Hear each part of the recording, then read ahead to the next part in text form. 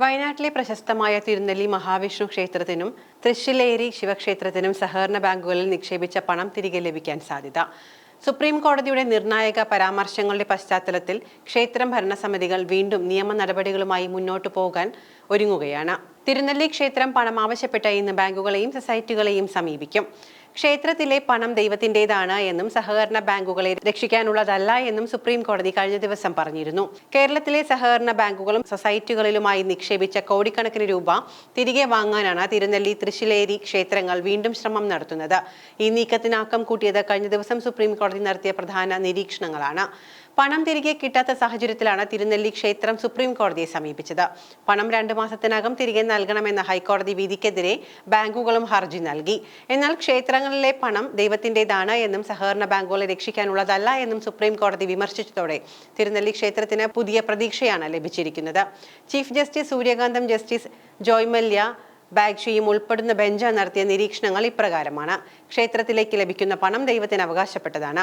അത് ക്ഷേത്രത്തിന്റെ ആവശ്യങ്ങൾക്കായി മാത്രമേ വിനിയോഗിക്കാൻ പാടുള്ളൂ.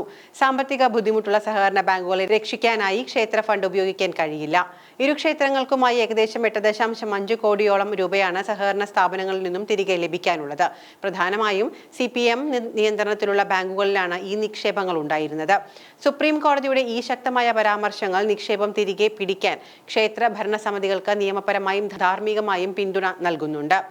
ബാങ്കുകൾ പണം തിരികെ നൽകാൻ തയ്യാറായില്ല എങ്കിൽ ഹൈക്കോടതി വഴി വീണ്ടും നിയമ നടപടി സ്വീകരിക്കാനാണ് ക്ഷേത്ര അധികൃതരുടെ തീരുമാനം.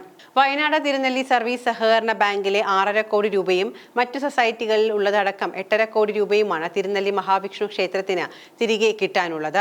നിക്ഷേപിച്ച പണം ആവശ്യപ്പെട്ട് തിരുനെല്ലി ക്ഷേത്രം 2 വർഷമായി ശ്രമം നടത്തുന്നു. പണം തിരികെ നൽകാനുള്ള സാമ്പത്തിക സ്ഥിതി ഇല്ല എന്ന കാരണം പറഞ്ഞാണ് ബാങ്കുകളും സൊസൈറ്റികളും ക്ഷേത്രത്തിന്റെ പണം തിരികെ നൽകാതിരിക്കുന്നത്. 1.5 കോടി രൂപയോളം തൃശ്ശിലേരി ശിവക്ഷേത്രത്തിനും സഹകരണ ബാങ്കിൽ നിന്നും സൊസൈറ്റികളിൽ നിന്നും കിട്ടാനുണ്ട്. ക്ഷേത്രങ്ങളുടെ സ്ഥിര നിക്ഷേപം ദേശസാൽകൃത ബാങ്കുകളിലേക്ക് മാറ്റാനുള്ള കേരള ഹൈക്കോടതിയുടെ ഉത്തരവിനെതിരെ സഹകരണ ബാങ്കുകൾ നൽകിയ ഹർജിയാണ് സുപ്രീം കോടതി പരിഗണിച്ചത്. സഹകരണ ബാങ്കുകളുടെ ഹർജിയും കോടതി തള്ളിക്കളഞ്ഞിരുന്നു. ദേശസാൽകൃത ബാങ്കുകളിൽ നിക്ഷേപിച്ച പരമാവധി പലിശ നേടുന്നതിൽ എന്താണ് തെറ്റെന്നും സുപ്രീം കോടതി ചോദിക്കുകയുണ്ടായി.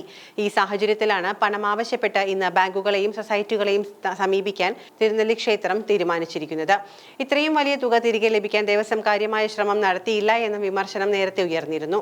ക്ഷേത്രത്തിന്റെ പണം തിരികെ നൽകാത്തത് ഉന്നയിച്ച UDF-ഉം BJP-യും വിഷയത്തിൽ നേരത്തെ സമരങ്ങളും നടത്തിയിരുന്നു. ശബരിമല വിഷയത്തിൽ പ്രതിരോധത്തിൽ നിൽക്കെ പാർട്ടി ഭരണത്തിലുള്ള തിരുനെല്ലി ബാങ്കും സൊസൈറ്റികളും ക്ഷേത്രങ്ങളുടെ പണം തിരികെ നൽകുന്നില്ല എന്ന വിവാദം വയനാട്ടിൽ CPIM-നെ പ്രതിസന്ധിയിലാക്കിയിരിക്കുകയാണ്.